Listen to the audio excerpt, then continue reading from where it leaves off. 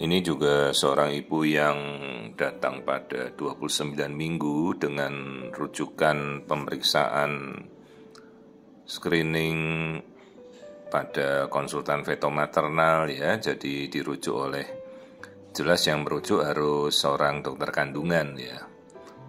Jadi dokter kandungan itu kan pasti melakukan pemeriksaan rutin. Nah, semuanya dilihat. Tapi apabila kemudian ada sesuatu yang dia rasa ibu kita ingin lebih detail ya melakukan, ya kita sampaikan, ibu bisa kita rujuk pada pemeriksaan konsultan feto maternal ya. Maka pasien ini datang untuk melakukan pemeriksaan screening pada feto maternal. Ya jelas banyak yang mereka mengira feto maternal itu alat USG, bukan. Jadi feto maternal sekali lagi itu adalah seorang konsultan subspesialis, dokter kandungan subspesialis konsultan yang mendalami pemeriksaan detail screening gitu. Apabila ibu-ibu tidak dirujuk, ya sudah cukup dipantau oleh dokter kandungan Anda masing-masing. Tapi bila Anda dirujuk oleh dokter kandungan Anda, maka Anda memastikan ya dirujuk pada seorang konsultan feto maternal untuk melakukan USG screening tersebut. Ya, ini seperti yang kita lihat, ini kita melihat wajah bayi pada trimester ketiga, semuanya tampak normal ya. Tidak ada masalah gitu. Dan yang melakukan pemeriksaan yang menerima rujukan subspesialistik tersebut, namanya saja kita merujuk, maka dia harus seorang subspesialis ya. Dan sekali lagi ibu-ibu harus mengerti, jangan salah mengedukasi atau salah menyampaikan. Tidak ada USG kandungan yang dilakukan oleh selain konsultan feto maternal itu namanya USG serasa feto maternal, itu tidak ada ya. Jadi kalau memang Anda dirujuk melakukan pemeriksaan konsultan feto maternal, nah itu adalah pada seorang subspesialis konsultan feto ya. Gitu. Jadi kalau Anda melakukan pemeriksaan biasa standar ya silahkan, tapi kalau Anda dirujuk pastikan benar-benar ya. Dan sampaikanlah pada ibu-ibu kalau pemeriksaan USG feto maternal itu memang harus dilakukan oleh seorang konsultan USG feto maternal konsultan ya, gitu. Ini kita melihat tulang hidung nasal bone karena untuk melihat kondisi seperti Down syndrome. Kalau tulang hidung itu kan menjadi catatan mutlak ya, kalau dia tidak terlihat hati-hati suatu kelainan genetik bawaan ya. Terus ini kita melihat struktur kepala ya, bentuknya normal, tempurung kepala bulat, oval, lonjong begitu ya. Kemudian kita lihat bagian dalam struktur otak.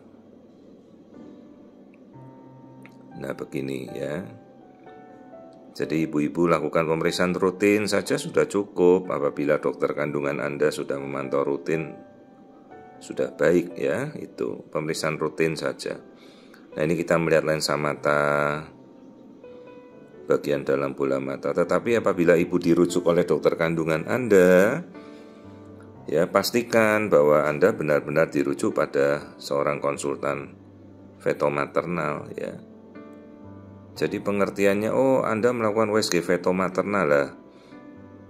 Yang melakukan USG feto maternal bukan konsultan subspesialis ya. Bukan, artinya kita harus lakukan itu sesuai kemampuan dan kompetensi ya, legalitas. Ini kita melihat jantung, ruangan jantung. Ada 4 ruang, 2 serambi, 2 bilik gitu. Ya kita lihat baik-baik, kita lihat dengan teliti.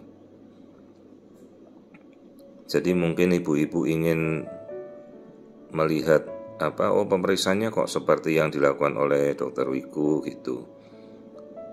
Padahal sama ya, boleh saja tidak masalah, tapi ya edukasinya kita yang betul ya, karena tidak ada USG serasa feto. Kalau merasa sebagai feto, dia harus sebagai seorang konsultan ya. Jadi jangan dicampur adukkan gitu. Harus kita luruskan ya, pemeriksaan USG veto itu USG yang dilakukan oleh seorang konsultan veto maternal. Gelarnya ada KFM-nya, dokter kandungannya ya. Ini kita lihat kelamin, testis dan skrotum sudah turun. Kalau minggu segini sudah harus kita lihat. Jangan sampai testis atau buah sakarnya tertinggal di dalam, nggak turun-turun. Ya, teliti dilihat struktur kelaminnya, kelamin bayi laki-laki ya. Jadi apabila kita lakukan pemeriksaan standar di dokter kandungan, semua sudah terlihat jelas, sudah cukup, nggak perlu dirujuk. Nah, kalau dokter kandungannya merasa perlu merujuk, ada sesuatu yang dicurigai atau yang tidak jelas, nah dia bisa mengkonsulkan pada subspesialis feto maternal. Ya, dan yang menjawab harus setara sebagai konsultan. Jadi kalau ibu-ibu dirujuk, lah ibu tidak melakukan pemeriksaan pada dokter yang memang memiliki legalitas kemampuan sebagai konsultan feto maternal, ya bukan. Ya, ini kita lihat tulang belakang. Tulang belakangnya tampak normal, kita amati. Jadi kalau alat USG seperti 2 dimensi, 3 dimensi, 4 dimensi itu hanya alat ya. Bisa kita pakai bebas, hanya kita sesuai dengan kompetensi kemampuan masing-masing. Jadi, karena kita dirujuknya pada konsultan terus ada pemeriksaan USG, tidak ada konsultan feto, jadi rasanya seperti diperiksa feto maternal ya. Sekalipun dokter Anda benar menjelaskan, tapi kompetensinya kan, legalitasnya ya bisa berbeda ya. Karena kalau pemeriksaan USG feto itu hanya dilakukan subspesialis itu ya. Ini tali pusat. Kita lihat apakah ada pilinan. Merah itu arteri, kalau biru itu vena. Nah, kemudian kita lihat nih jumlah air ketuban semuanya bagus. Oh ya, jangan lupa aliran darah, kita ukur nih aliran darah bayi yang mengalir di tali pusat ibunya. Jadi inilah 29 minggu. Ini pasien rujukan untuk pemeriksaan konsultan subspesialis feto. Nah, kita lihat karena sebelumnya mungkin sejawat ada sesuatu yang dia tidak bisa amati dengan jelas, maka dia merujuk ya. Kebetulan kalau di wilayah, mestinya masing-masing provinsi sekarang sudah ada kok ya konsultan feto.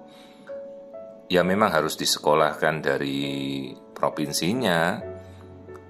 Ya mungkin tidak semua ya. Tapi rata-rata di provinsi-provinsi besar sudah ada lah, minimal 1 orang lah yang bisa untuk melakukan pemeriksaan rujukan konsultan feto maternal ya.